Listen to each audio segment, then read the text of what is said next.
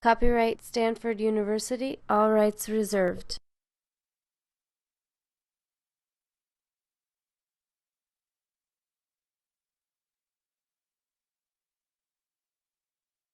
Friend of mine brought to my attention that I'm giving a talk actually at Stanford. He's sitting here. And I remembered that, yes, that's right. And that's coming up, despite the fact that my secretary had put on my calendars, several reminders. But when I looked at my email and calendar, I saw that there is the title is Bridging the Gap Between Science, Market, and Technology and innovation. And I wondered, is this a title that I have provided or Nastran has put on me? But I basically thought that, okay, this must be about entrepreneurship, and I hope that I'm at the right place here. So in my career, which started basically from elementary school, I became exposed to entrepreneurship back then, and so I have been always fan of bringing scientific solution to market, and so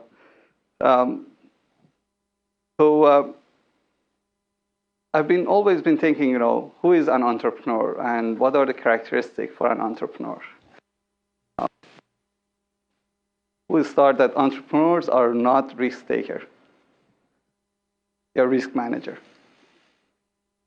So there are usually three risks with any new venture. The risk with the technology, the risk with the team, and the risk with market.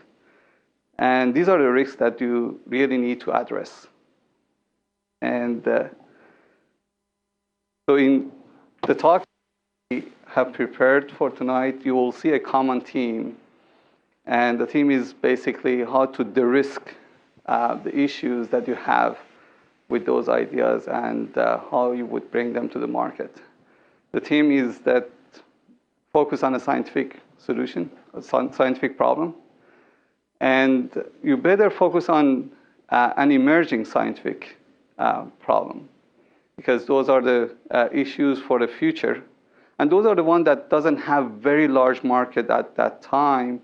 And that means that the bigger companies, or sometimes they're called bigger sharks, they are not actually paying attention to those markets.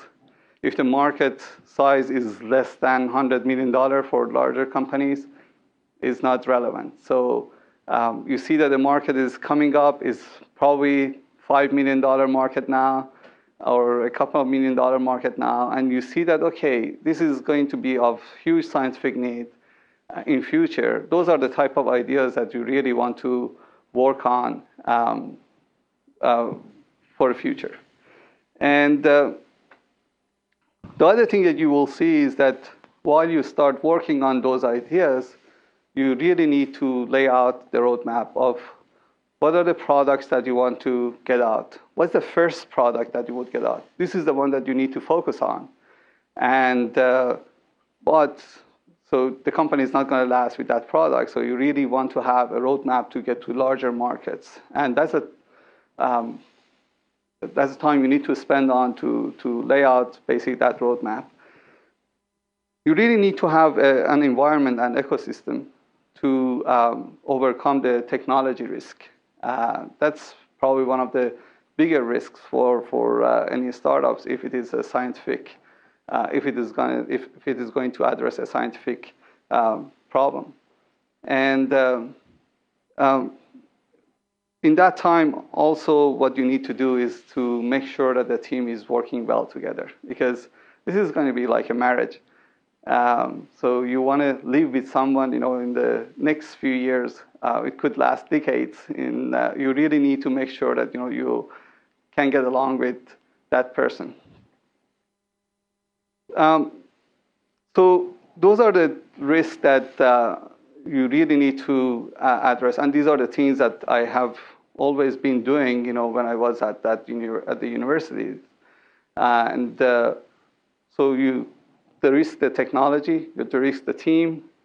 The only things that you are gambling on is market, because that's dynamic, that's changing, and you are not in that market deeply, and there are a lot of competitors, and that's the one that you gamble on. While you have studied, okay, there is market for this kind of solution, but there are other people that are working on the same solutions. So this is basically the gamble that you take on, but it should be a calculated gamble. So I'm going to walk you through a few companies that I've started so that you will see these common theme in all those companies. And I'm going to touch base on the lessons that I've learned and I'm still learning, and the things that I try to consider to my future ventures. So I started my career back in Sweden. I was at the Royal Institute of Technologies, and I see that several people, they're actually coming from the same institutes here. And so I started my PhD on looking at microbial diversities, and I was quite successful in those studies. And we looked at microbial diversities in sewage water, and it was a very rich flora, and we set up technologies, but those were based on the technologies which was in the market back then. And I really felt that is cumbersome, and it takes time to do those studies, and it's not scalable. And while I had a couple of good publications on them, and I talked to my professor and I told,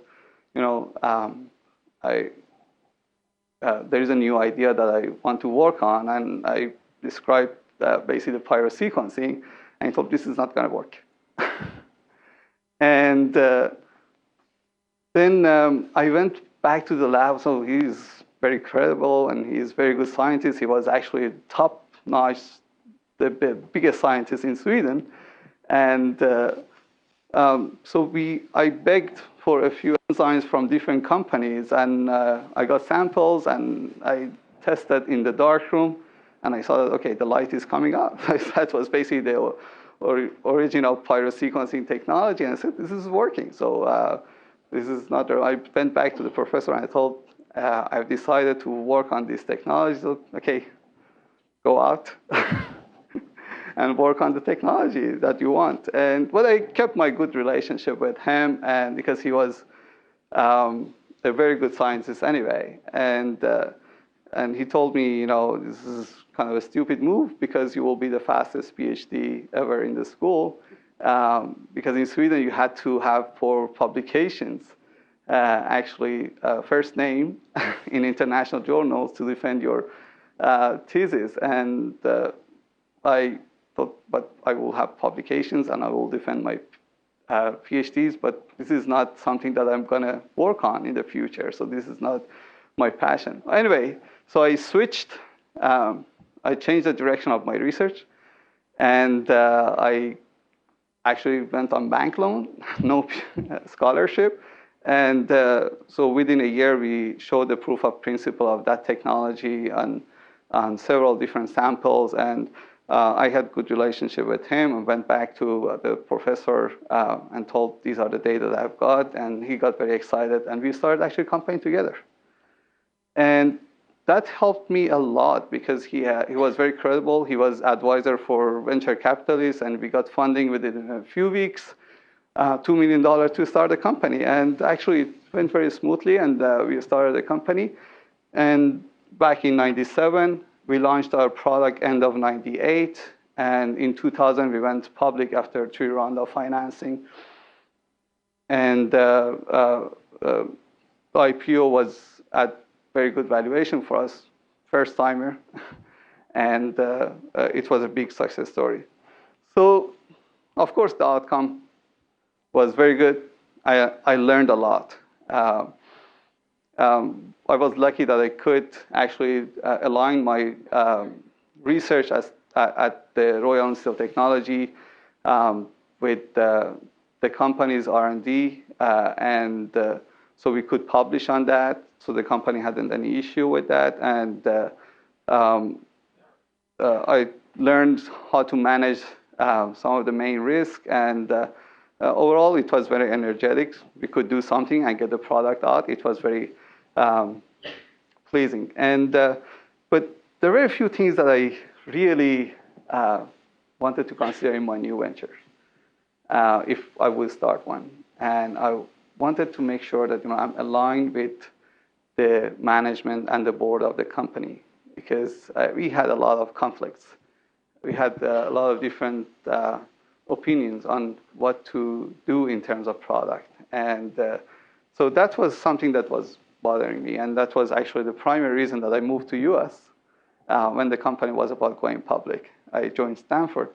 And the other thing was that I had a lot of conflict, and I was having two other partners who were 20 years older than me, and we could have some fun, but it was not really, really fun. And so I wanted in new ventures to have really fun with the people that I'm working with.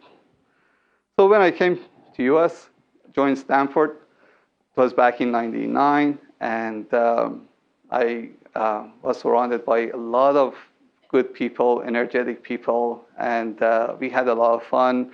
We went hiking, we had beer together, we went even to nightclubs, and so they were a good bunch of people. And I asked one of the guys, we should start a company. And they thought, you are entrepreneur, we haven't done that, let's do it. And we assembled actually a team together, and we put the team through a stress test by going hiking and getting lost in Lake Tahoe. And it was getting dark, and there were two people in that team that were nagging a lot. And so, okay, those two people, they are not the type of people that we want to work with.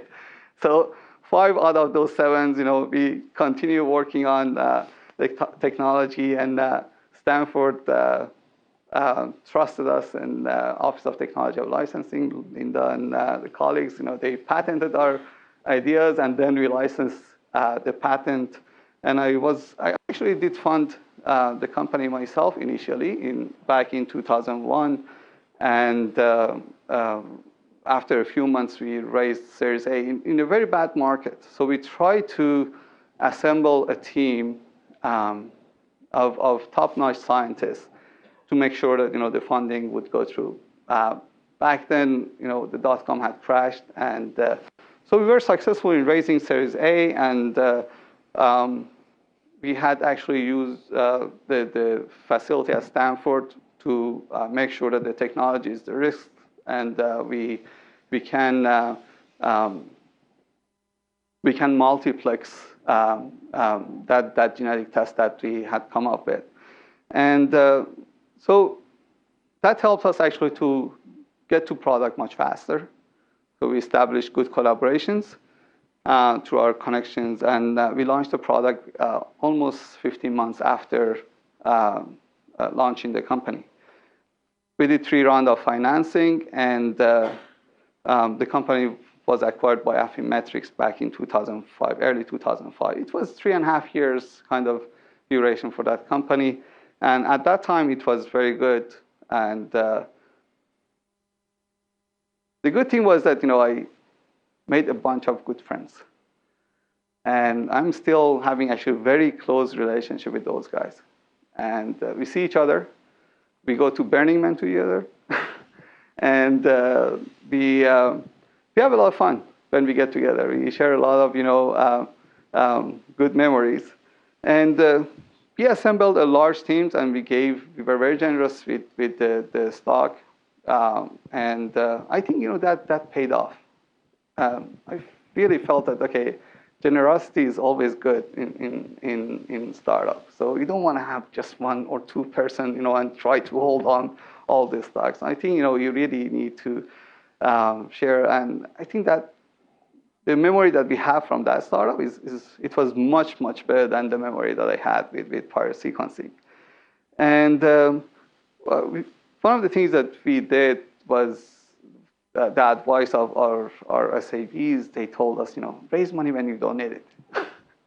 And we raised money and we got through all the financial troubles back then, and the company was well funded and so on. And the lesson that I learned that I wanted to implement in the next venture was that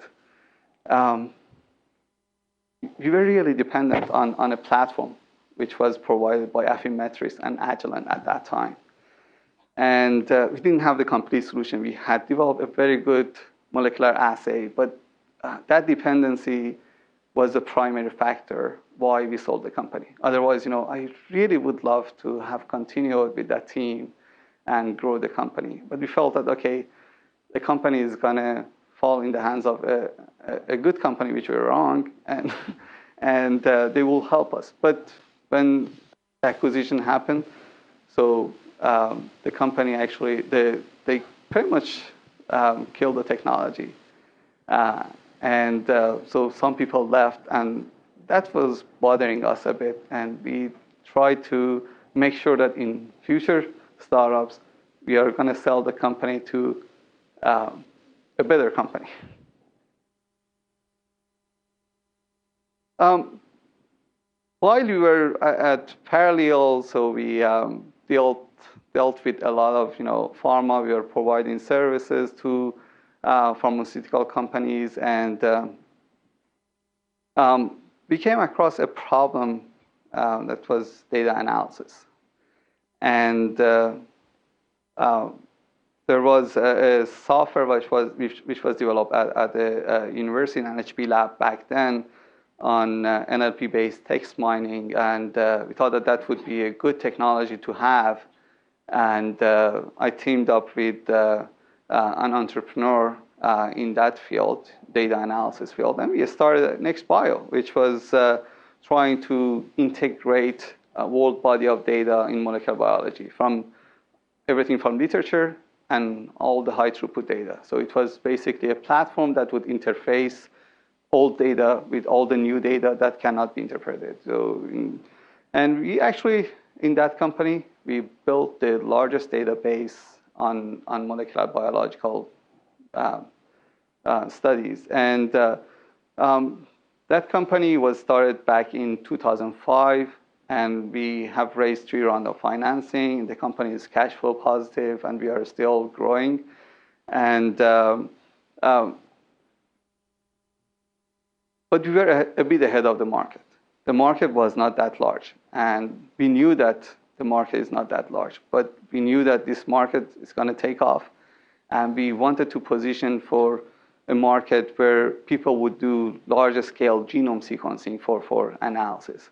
So it was starting from expression-based profiling, and then genotyping came along, and then we were betting on that there will be a lot of full genome data available. And that market is still hasn't taken off, but it is actually on the verge of taking off.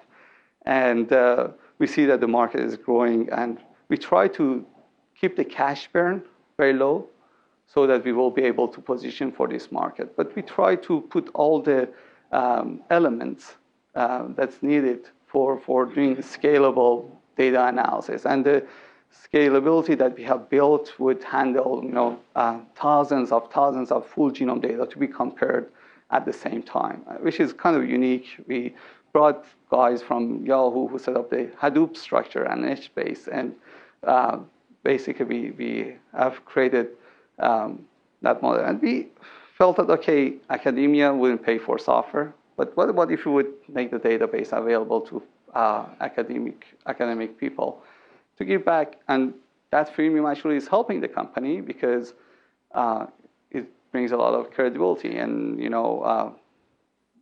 today probably there are more than 200 publications that are based on some sort of analysis on NextBio platform, which is great to see.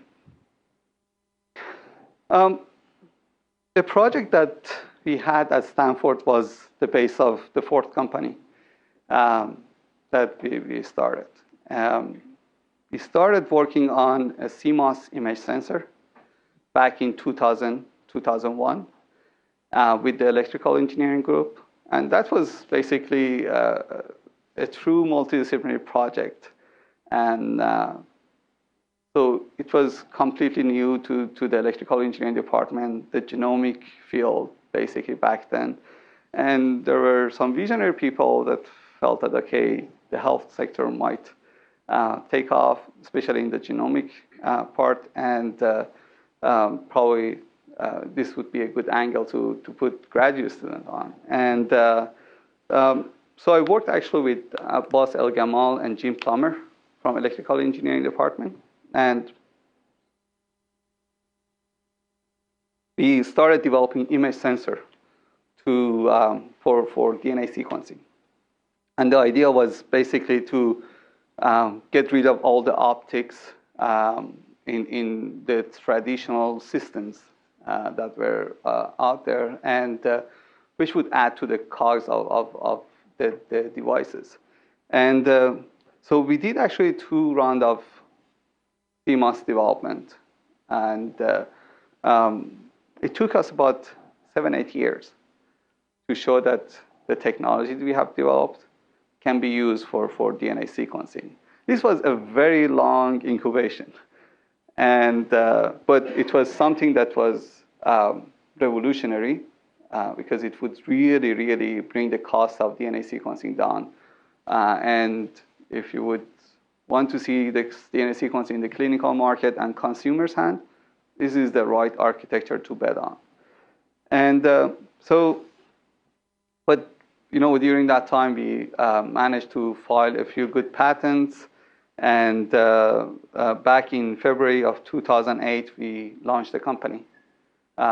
We licensed all the technology from OTL. Linda did help us. And we were contemplating whether to do VC financing or not, because we got an NIH grant, and we really felt that still is a bit too early to scale. There were a few risks involved in the technology. And at that time, I was approached by Illumina to join them as Chief Technology Officer. The offer was very attractive, and I always respected the company because we were competing with that company in a couple of occasions in previous the startups that they had, and they were always better on execution. And I felt that this position could be great for me because it's like going through an academic education, and I really wanted to see what do they do to become that successful, and I wanted to learn more on the business side and how do they position for future markets. So on the other side, I had committed to a new company called Avantome, and we're going back and forth, to see what I can do. First time I got the email, and I got a call from the headhunter. I ignored that. The second time I got a call from the former CSO of the company of Illumina, and told Mostafa, you may want to talk to the management of this company. It's a great company, and told David, I'm conflicted, that. And he told, yeah, maybe they can resolve the conflicts. And I took his advice, and I went and met with the management. And so Illumina decided to acquire the company to get rid of the conflict. It was very good because basically since launching the company, after a few weeks, I started actually talking to Illumina, and the deal was closed. We got term sheet from Illumina back in May, and in July, we did close that. And it was great outcome for Stanford, and it's going to be great outcome even more in the future. And it was great outcome for the founders and the employees of the company. So back then, I realized that a team that has been working on cutting stuff that has a lot of value. And when I joined the company, I really felt that, okay, the value is the experience that we have built on something which is up and coming. And I learned how to turn those issues to opportunities, and that was great. So, okay, I really wanted to take that job, but we had the problem with having a company, not problem. We were committed to have that company, and I felt that Illumina is a good place for this company, and we could actually leverage the resources that they have to launch this product.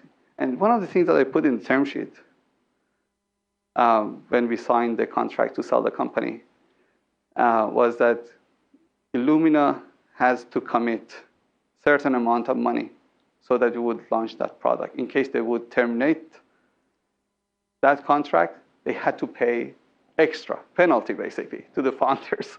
So it was very important for us to get the product out. So we had got some versions of that product out, but there are more to come, hopefully. And that was the lesson that I learned. Honestly, at that time when we were dealing with Illumina, one of the advisors of the company came to us, and told, I can sell this company for double amount of money to Affymetrix. Do you want to sell it? So, no. And we rejected, actually, engaging with Affymetrix because we didn't have good memory from that company. Anyway, so these were the 4 ventures that I was involved in starting directly myself. But I have helped probably more than 10 companies to get started. And there are some advices that I wanted to, advices that I want to give the younger entrepreneur that are going the same path, taking the same path. Number 10 is that you really need to be passionate about what you are doing.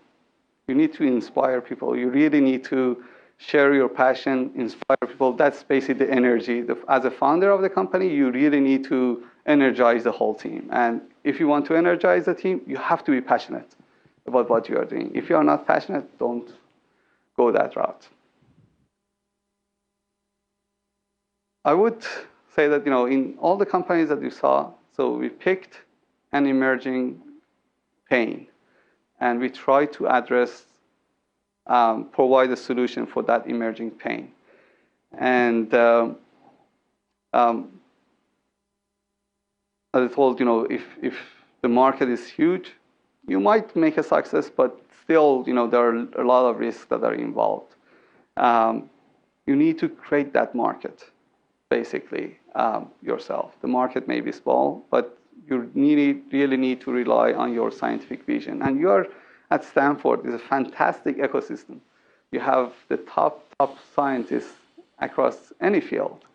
And I see my colleague here, Andy Fire, even fantastic, geneticist. And so just run your idea, with them and make sure, the vision is the right one.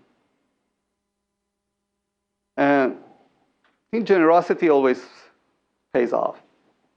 So if I would get, 2% more share or 1% more share, when you look at, the future and the joy that you have from a success story, you really need to have that take that into consideration. Take the people that you really think that they would be good addition, not only from scientific reasons, but also from the fact that they could be a good fit socially, and you can have fun with those people, and they are good people, and you really need to get them involved. You really want to build a company to last. If you get a good offer is always a good offer. So you can consider to exit or not. But if you just want to basically bet on a technology that you take out and you sell it immediately, I think that would be a gamble. That's not the type of things that a real entrepreneur would do. I think you really want to make sure that, okay, I'm going in and I want to build this company and I have this vision for this company.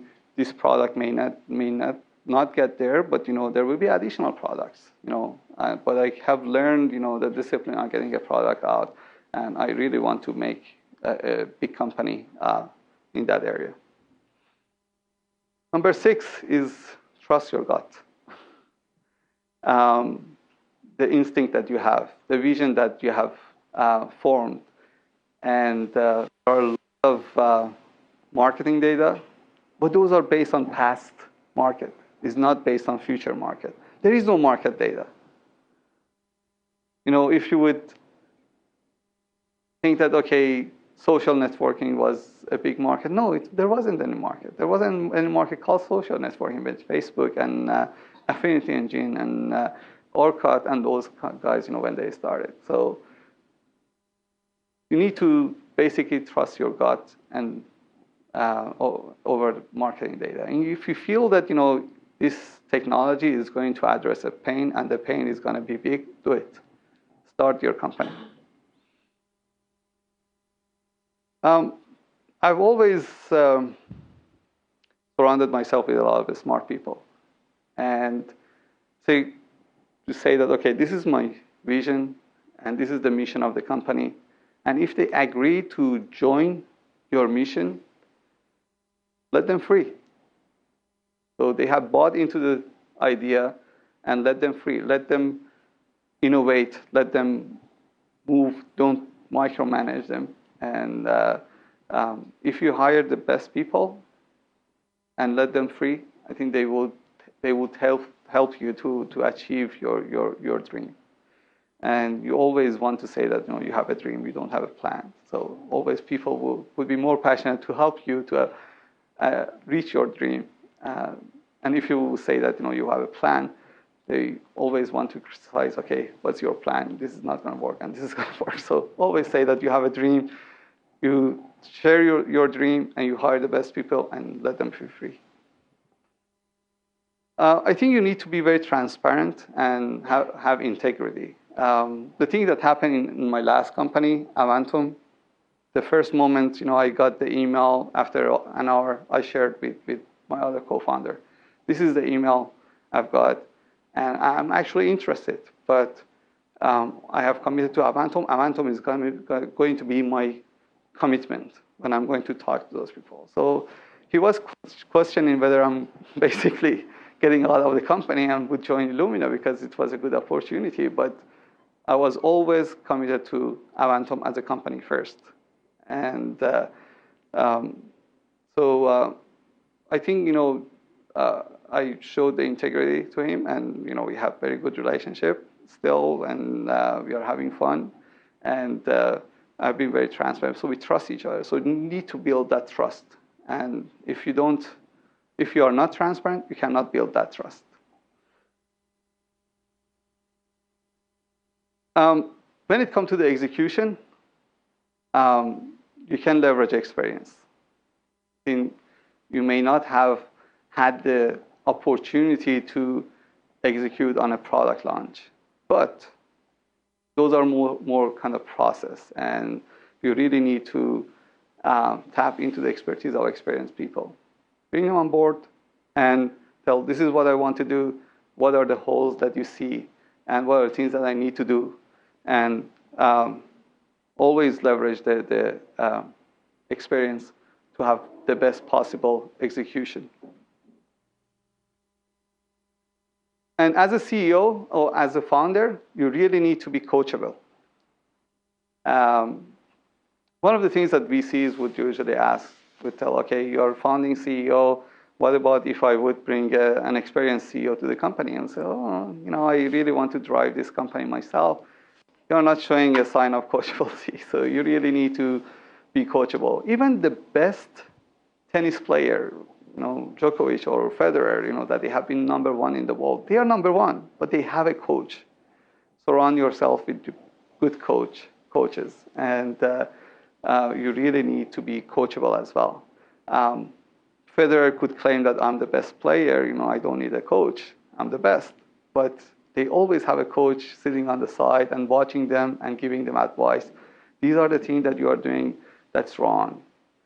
And while you are in the field, so you may not see it. But other people, they see it. So always listen to their advice and be coachable. And number one is focus. This is the most important thing that you can do in a company. Absolutely the most important thing. You really need to focus. The technology that you have developed always has 100 different address, 100 different markets.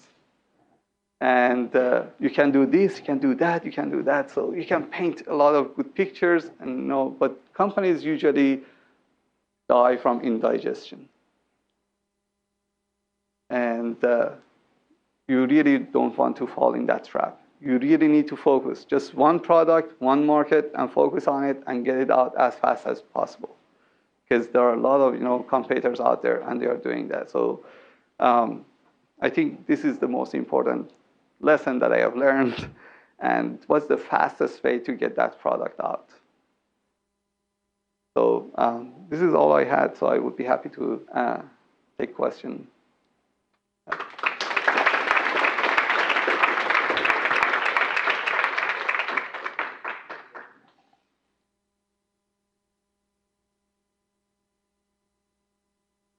I'm at Illumina. Yes, I'm working on a lot of ventures at Illumina. So yes, I did. But the reason was that at Stanford, so I couldn't get adequate funding to get those things out. So I had to tap into VC money. But at Illumina, I'm in a luxury position, and I have a lot of money to spend in getting those ventures out as a product.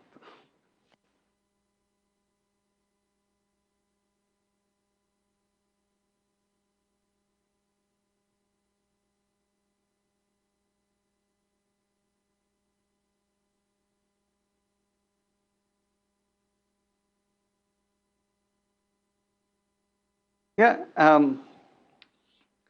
I would say probably number one thing is a good leader. The CEO of the company is an incredible guy.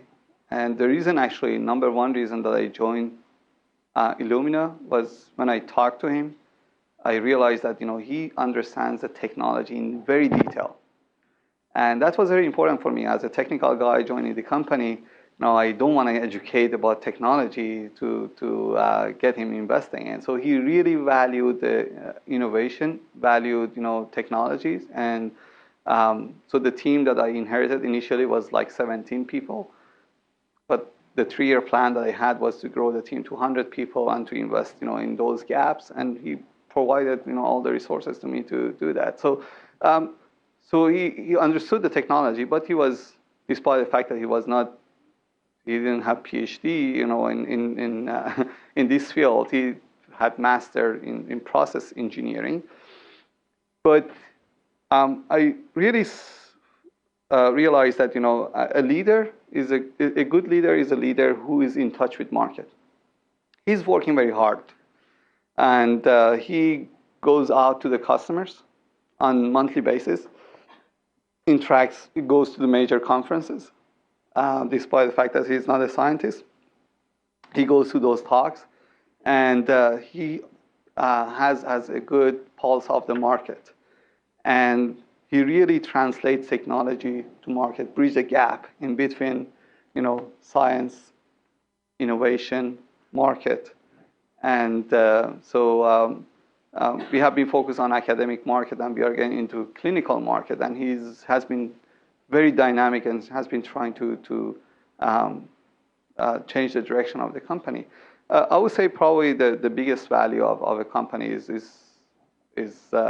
CEO of the company. And without him, he wouldn't have a good understanding to invest on organic growth and get the product out on time.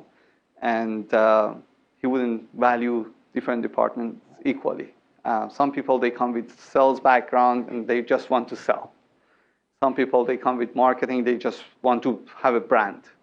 but he is a well-rounded guy. I would probably say that that's the most important. But what are the things that he has implemented as a good CEO? Is that I really think that he's very strategic, and he's paranoid. Our CEO is paranoid, and always paranoid about the market. And we usually map out what our competitors can do in the next 5 years, and we try to beat them on every single point. And we need to have that 5-year plan, and that has been good because we have extended our gap between our competitors. But sometimes you really feel that, okay, we way overestimating our competitors and so on. But I think you need to be a bit paranoid, at the company. Paranoia is usually survives, and that's a good, healthy thing to have at the company. And so we have strategic plan, long-term strategic plan. I wrote the 10-year strategic plan for the company, high level, and then we use that as a map for detailed 3-year strategic plan. And on 3-year strategic plan, we basically map out what are the things that we are going to do in the next 3 years. And we go through that exercise every year, and we review our strategic plan every 3 months. And that's something that has been with the company and has survived. The other thing is a good product development process. To have the discipline to set up multidisciplinary team from the beginning of the idea until you get the product out and you sustain the product. I think that's also a good feature that the company has. And we value people. And we hire absolutely the best people possible, and that they are in the market. And I think despite the fact that Illumina is 2,300 people, 2,400 people now, it has been doing fantastic in terms of revenue that we generate, the profit margin that we have. And we have fantastic salespeople. Most of our salespeople, they have Ph.D. and they have postdoc. And these are high-level sales. We have to sell to top-notch professors, and we have to make sure that the science is communicated in a proper way. And in average in our industry, each salesperson bring in about $1.5 million. At Illumina, each salesperson bring in about $11 million. So it's way, way above the average. And of course, they are good, but on the other side, we have differentiated product. We are not discounting our product. We invest a lot in R&D, and we make sure that the product is good enough in our customers' hand. And these are cutting-edge stuff that we are working on. And when we get to the market, of course, the product is not 100%, but our customers, they have a good understanding. Okay, this is good enough to be used. We have failure, of course we have. We are trying to improve that. We try to get the things early out, but we try to do our best in getting the best product out. They are differentiated. So a device which is $750,000 would sell quite actually reasonably fast. And I think you need to have a good pulse of the market to do a calculated bet on getting the right product out. And those are the things I would say that it has made Illumina successful.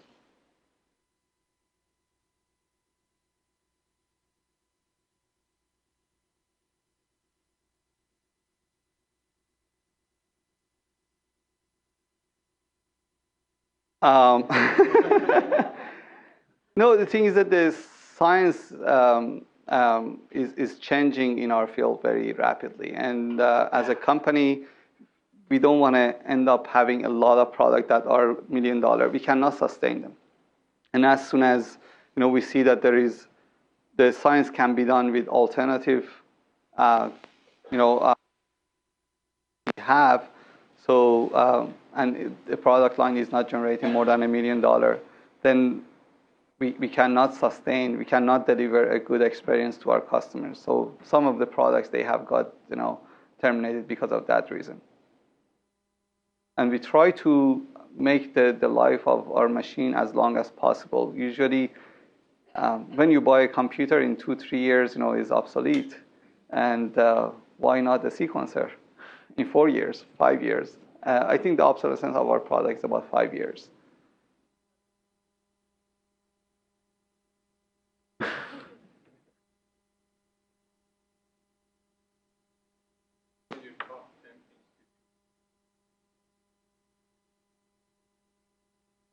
Exactly opposite of the things I shared with you.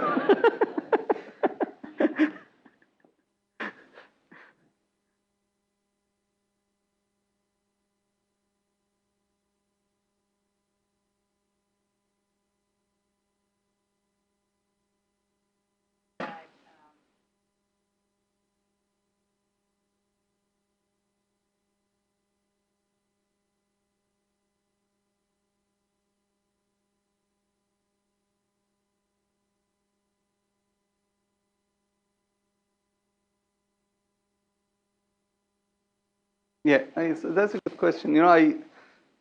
This is one thing that Bay Area is very unique about. There is good concentration of top scientists. If you would have a population of 40 million people, you wouldn't get this concentration. So you have a population of 4 or 5 million, top-notch scientists. The concentration is very high. That means that everywhere you go, you bump to someone and you can start brainstorming. So I used to run with a guy who was from electrical engineering. He was a graduate student, and I shared, okay, this is the thing that I'm working on. I thought, why don't you work on CMOS? This is coming up and is going to be revolutionary, for image sensing, and it's going to be very cheap. And after the run, he shared with me, how the technology is working, and I fell in love with that. And I approached the professor and tried to convince him with my broken electrical engineering language, that this is the right thing to work on. And luckily, they bought into that as well. And other things, other companies that we have founded, and I have helped, other guys to get off ground. So it has happened in the soccer field. It has happened in hiking. So there is a good concentration of people here, and everywhere you go, you have something to share with.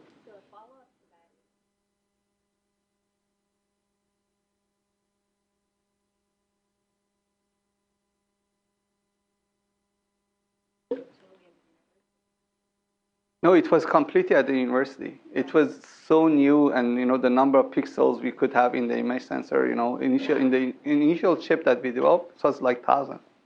It was not competitive at all. So we had to do a second round to increase the number of pixels, and but it was so cutting edge, so we would get easily funding for that, from NIH. Is there any estimation on what other companies are taking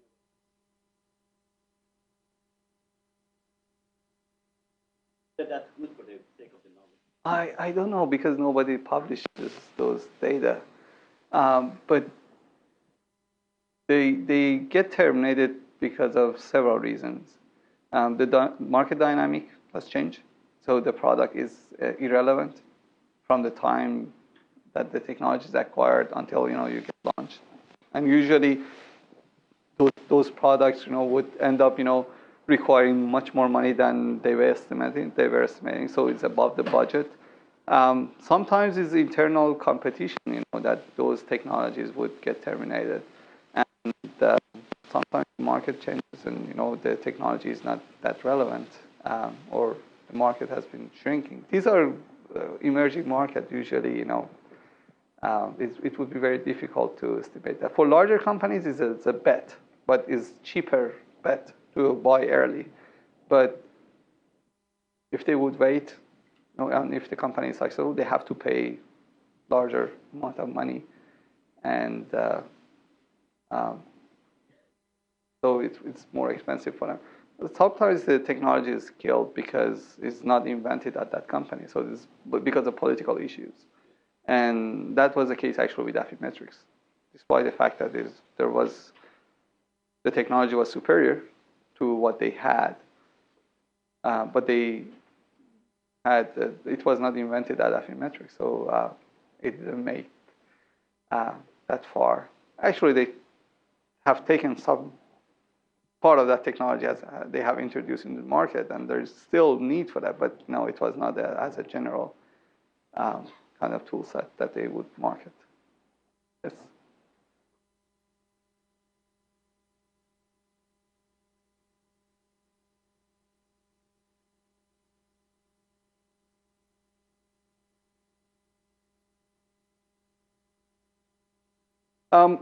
The VC industries, back in 6-7 years ago, the VCs, there were a lot of actually investors, younger investors that would come to the university and try to look at ideas and try to assemble a team and convince the team, to spin off that idea, and they would fund those ideas. But now the VC industry has become more kind of growth capital than venture capital. And that's actually concerning even for us as a company, larger company. We don't see a lot of companies being started, and there is actually a big gap now between innovations from academia to real companies. So, and I see some movement by angel investors that are trying to fill that gap, but still they don't have that much deep pocket. So I don't know if that's going to be healthy for our future industry, but hopefully it will.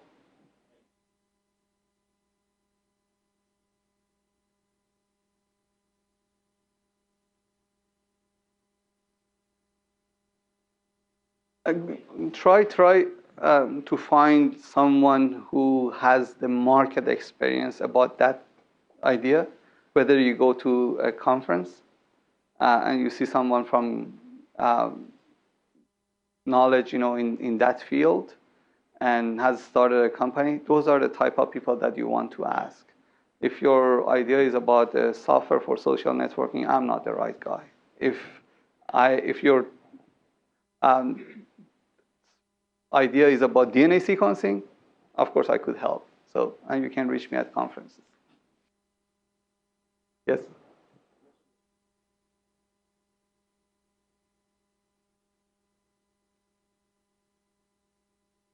Yeah, that's a good question. I was not running the company as a CEO. I was on the board, and I interacted in the initial phase of the company with those companies and helped them. We were helping each other, and I would say, after the first year or first 2 years of those ventures, the company had assembled a very credible team. And in terms of science, they were superior compared to me. So they didn't need my help. So I used to go to the company to learn, not to give them advice.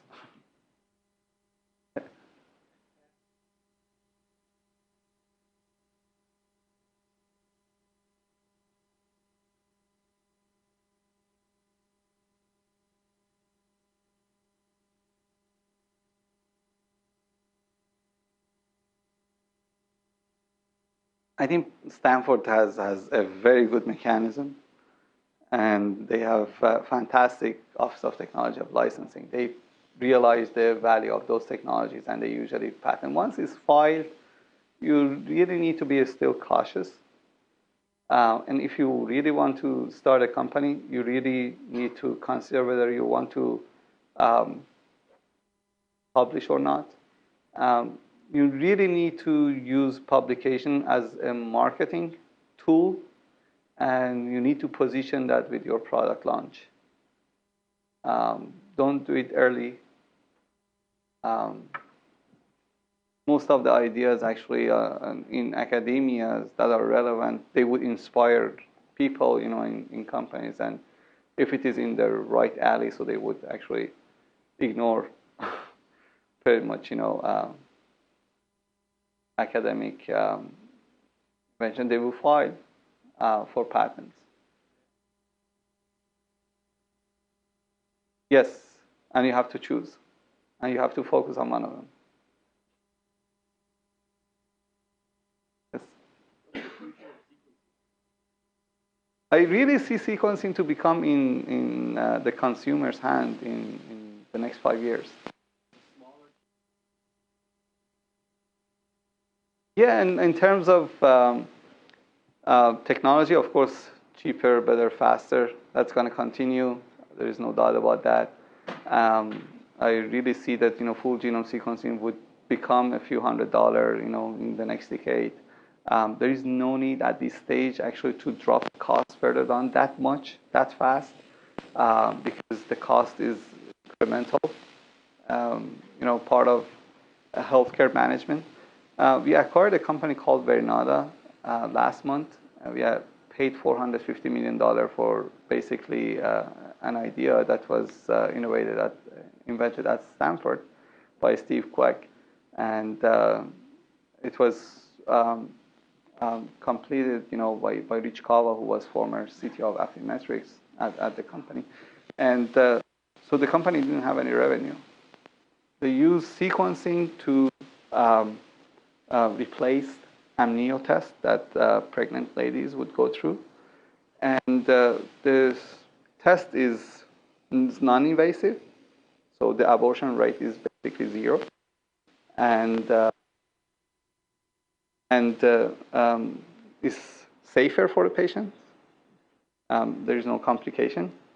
Is more accurate, as of today, is actually more accurate than amnio, and is cheaper.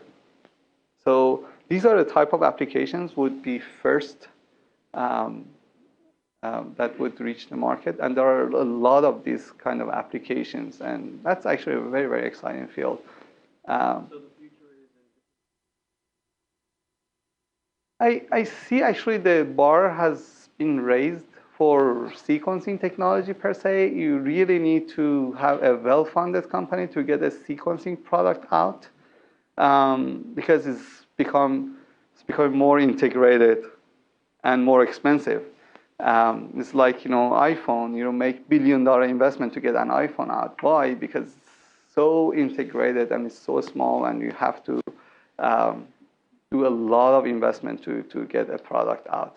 Sequencing is not billion-dollar yet, but I would say is probably $100 to $200 million. If you want to do a good job, if you have a good idea, I really see that it would require $200 million in capital to get a product, and it's a big gamble for venture capitalists. I see it actually quite tough and rare to see a sequencing technology getting funded by top VCs. There might be second tier, third tier VCs that would fund the company, but they are not going to be able to get the product out usually.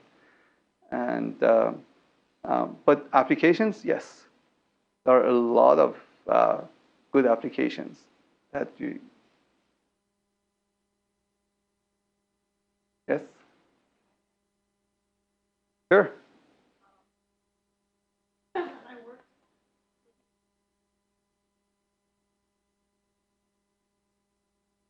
What are differentiating points here?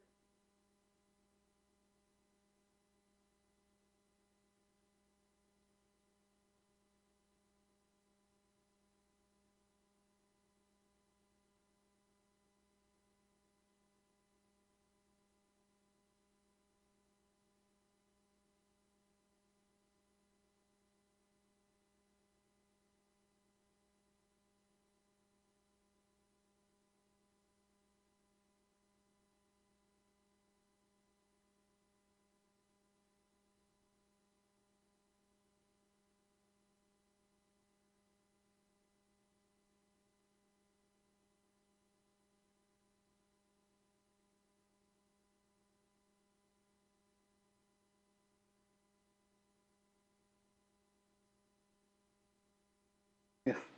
Thank you. Any other question? Thank you very much. Thanks for joining the talk.